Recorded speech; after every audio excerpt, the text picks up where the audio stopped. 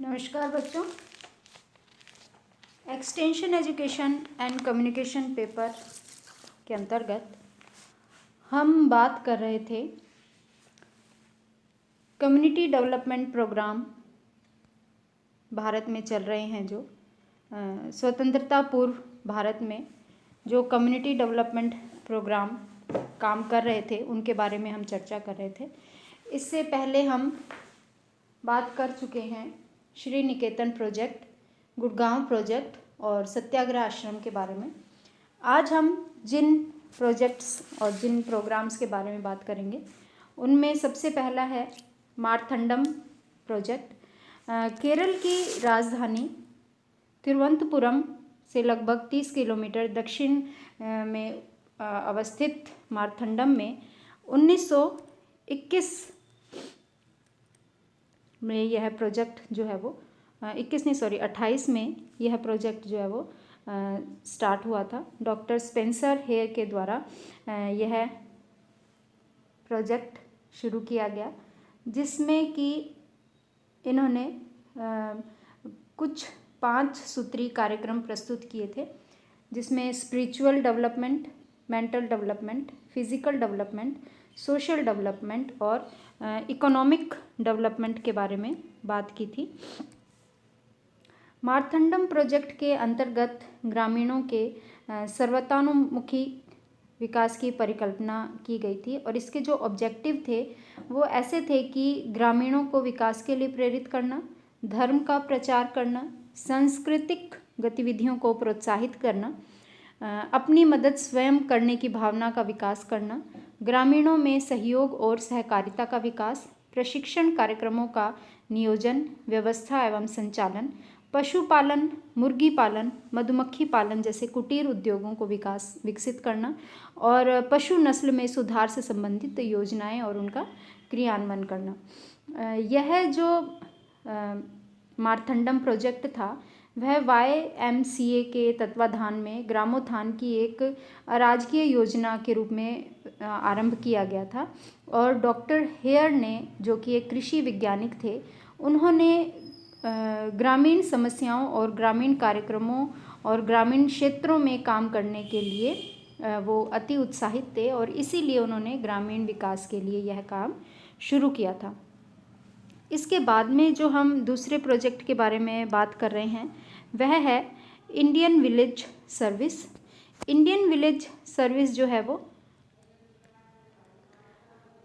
1908 में इसको शुरू किया था और उस समय डॉक्टर BN गुप्ता नामक भारतीय व्यापारी, जो कि अमेरिका में रहते थे, उन्होंने ग्राम कल्याण की अनेक योजनाएं चलाई थी और उसी योजनाओं के तहत जो है वो यह सर्विस भी शुरू की गई। इन कार्यक्रमों के द्वारा ग्रामीण जीवन का उत्तरोत्तर विकास हो रहा था और लोगों की रुचि जो है वो फिर से ग्रामीण जीवन के प्रति जो है वो जागृत हो रही थी। श्री गुप्ता इन कार्यक्रमों की गतिविधियां और उपलब्धियों से अत्यंत प्रभावित हुए थे और उनकी इच्छा थी कि इस प्रकार की योजनाएं वे जो है वो समय समय पर चलाएं। तो जो उन्होंने अमेरिका में देखा वही चीज़ उन्होंने भारत में शुरू करी और उन्होंने मेथोडिस्ट और जो दूसरे गिरजाघर थे प्रेस्बिटेरियन, इन गिरजाघरों के संगठनों से अनुरोध किया कि वे ग्रामीण कल्याणकारी योजनाएं भारत में भी चलाएं और चर्च के तत्वाधान से भारतीय और विदेशी मिशनरियों के सहयोग से एक समिति बनी और उसकी बैठक IT क्रिश्चियन कॉलेज लखनऊ में 1945 में हुई। इस बैठक में उन्होंने इंडियन विलेज सर्विस नामक ग्राम विकास कार्यक्रम का अनुमोदन किया।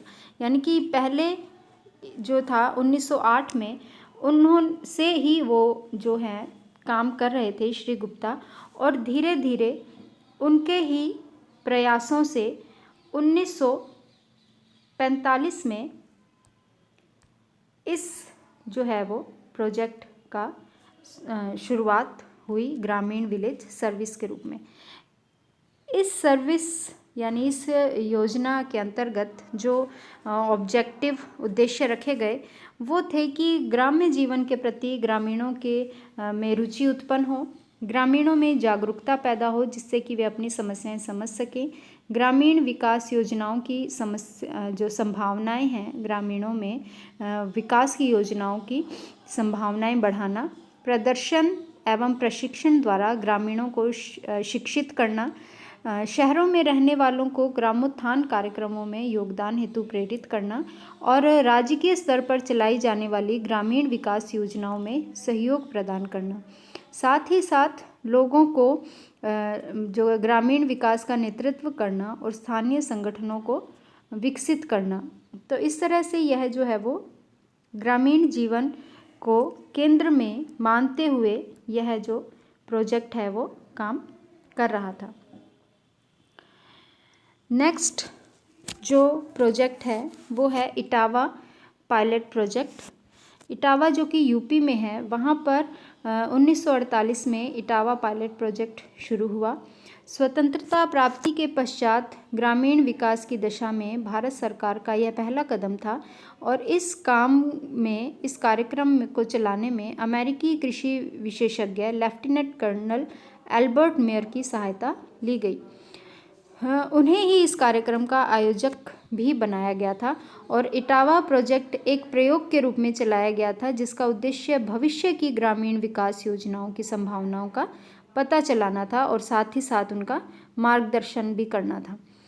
जो ये प्रोजेक्ट था उसमें उन्नत पद्धति से खेती, पशुपालन, साक्षरता, जन स्वास्थ्य, कुटीर उद्योगों का विकास, ये इन सभी जो है मेन ऑब्जेक्टिव जो इसके साथ में लेते हुए इस प्रोजेक्ट को आगे बढ़ाया गया था। इस जो प्रोजेक्ट के जो मुख्य उद्देश्य उस समय रखे गए थे वो ऐसे थे कि ग्रामीण विकास की संभावनाओं का पता लगाना और उनके अनुकूल ही विकास के कार्यक्रम बनाना, ग्रामीणों को उनकी आवश्यकताओं के प्रति जागरूक करना, लोगों को विकास कार्यक्रम के प्रति विश्वास जगाना और स्वावलंबी बनाना, उत्पादन बढ़ाने के लिए उपायों का पता लगाना, सहकारिता और सामाजिक जीवन तथा समाज सुधार के प्रति लोगों का विवेक जगाना, यानी कि लोगों को जागृत करना कि वो किस तरह से अपने जीवन को सुधार सकते हैं और ग्रामोत्थान के प्रति लोगों की रुचि को जगाना और उनका पता लगाना। इस तरह से जो इटावा पायलट प्रोजेक्ट था वो भी एक तरह से ग्रामीण जीवन, ग्रामीण विकास को समर्पित था और उसी के अनुसार यह जो है वो सर्वांगीण विकास को ध्यान में रखते हुए काम कर रहा था। इसके बाद में जिस प्रोजेक्ट के बारे में हम बात करेंगे वह है नीलोखेड़ी विकास योजना। नीलोखेड़ी डेवलपमेंट प्रोग्राम जो है वो जब सन 1947 में भारत के विभाजन के टाइम पर पाकिस्तान से जो विस्थापित लोग भारत आए थे उस समय इस प्रोजेक्ट को शरणार्थियों को बसाने की योजना के रूप में बनाया गया था।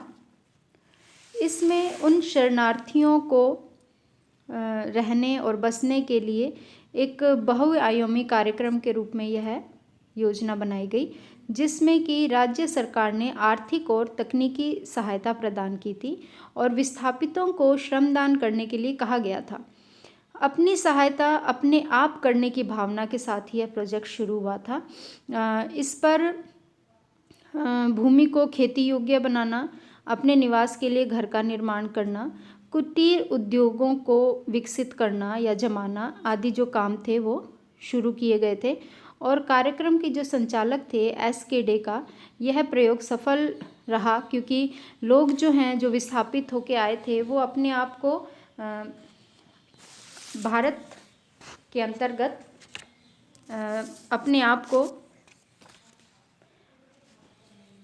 अच्छी तरह से बसाना चाहते थे, इसीलिए उन्होंने भारत सरकार के साथ मिलकर सहनागरीय योजना के रूप में यह काम किया था। इस प्रोजेक्ट या इस प्रोग्राम के जो ऑब्जेक्टिव थे वो इस तरह से थे, जो इसके उद्देश्य थे उनमें ये था कि ऊसर और जो बंजर भूमि है उसको विकसित करके कृषि योग्य बनाएं, लोगों को बसाना, रोजगार के प्रबंध करना, लोगों को उनकी योग्यता के अनुसार प्रशिक्षण देकर लघु उद्योगों को बढ़ावा देना, लोगों को मेहनत के साथ स्वावलंबी बनाकर स्वाभिमान पूर्वक जीने की प्रेरणा देना, लोगों में सहयोग की भावना को विकसित करना और कुटीर और कृषि उद्योगों को सहकारिता पर आधारित करना। इस तरह से ये जो काम थे वो उन्होंने इस डेवलपमेंट प्रोजेक्ट के अंतर्गत शुरू किए। इसके बाद में जो नेक्स्ट प्रोजेक्ट है या नेक्स्ट प्रोग्राम है वह है फ़िक्रा डेवलपमेंट प्रोग्राम, यानी कि फ़िक्रा विकास योजना। फ़िक्रा का अर्थ है जाति, जत्था, दल, पंथ या संप्रदाय। तो मद्रास सरकार के द्वारा 1946 में यह योजना पूरे राज्य के 34 फ़िक्रों से निमित्त चलाई गई थी और यह योजना महात्मा गांधी के स्वराज कार्यक्रम पर ही आधारित थी, जिसका एकमात्र उद्देश्य यही था कि लोगों को स्वावलंबी, शिक्षित, अर्थ संपन्न बनाया जाए, साथ ही साथ गांव की दशा में सुधार लाया जाए। इस योजना के अंतर्गत ग्राम विकास के कई कार्यक्रम चलाए गए। कुछ वर्षों बाद सन 1950 में इस कार्यक्रम को और विस्तारित किया गया और प्रत्येक जिले में 2 पिछड़े फ़िक्रों का चुनाव करते हुए इसमें 50 अतिरिक्त फ़िक्रे सम्मिलित किए गए। फ़िक्रा विकास योजना गांधी जी के रचनात्मक कार्यक्रम पर आधारित था और इसमें गांव के सर्वांगीण विकास की कल्पना की गई थी।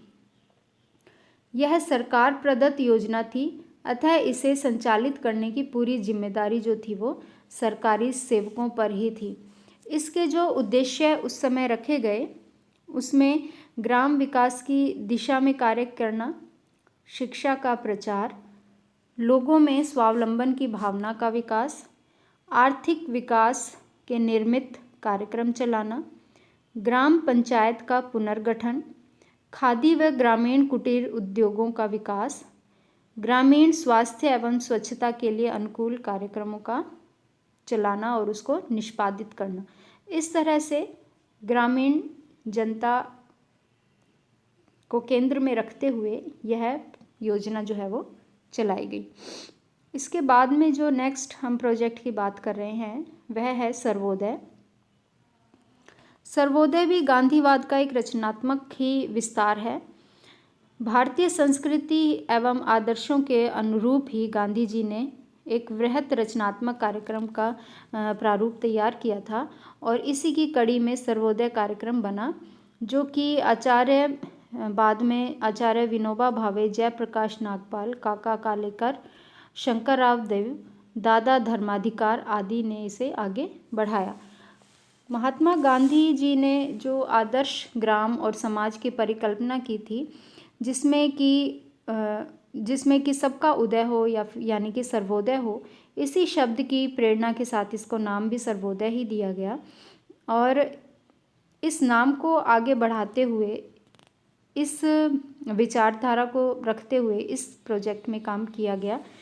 इसमें जो उद्देश्य थे उसमें यह था कि मानवीय मूल्यों की स्थापना हो जो कि सार्वभौमिक, सर्वव्यापक और सर्वकालिक हो। समाज के सभी लोगों का कल्याण हो, चाहे कि वो निर्धन हो या असक्षम हो या कमज़ोर हो। लोगों की मानसिक और शारीरिक क्षमता का विकास हो। संपूर्ण समाज को स्वावलंबी और आत्मनिर्भर बनाना। एक ऐसे समाज का निर्माण हो जो कि वर्ग विहीन, जाति विहीन और शोषण विहीन हो। सत्य व अहिंसा पर बल देना। सत्ता का विकेंद्रीकरण और निस्वार्थ सेवा।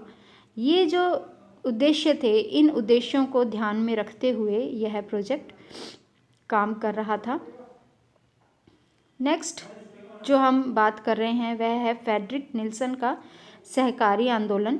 भारत में पहली बार सहकारिता आंदोलन का प्रयास फ्रेडरिक निल्सन ने सन 1895 से 97 के बीच में सरकार का ध्यान आकर्षित करते हुए किया था और उन दिनों भारत जो है वो अकालग्रस्त था और कृषकों की स्थिति अत्यंत ही दयनीय, शोचनीय थी।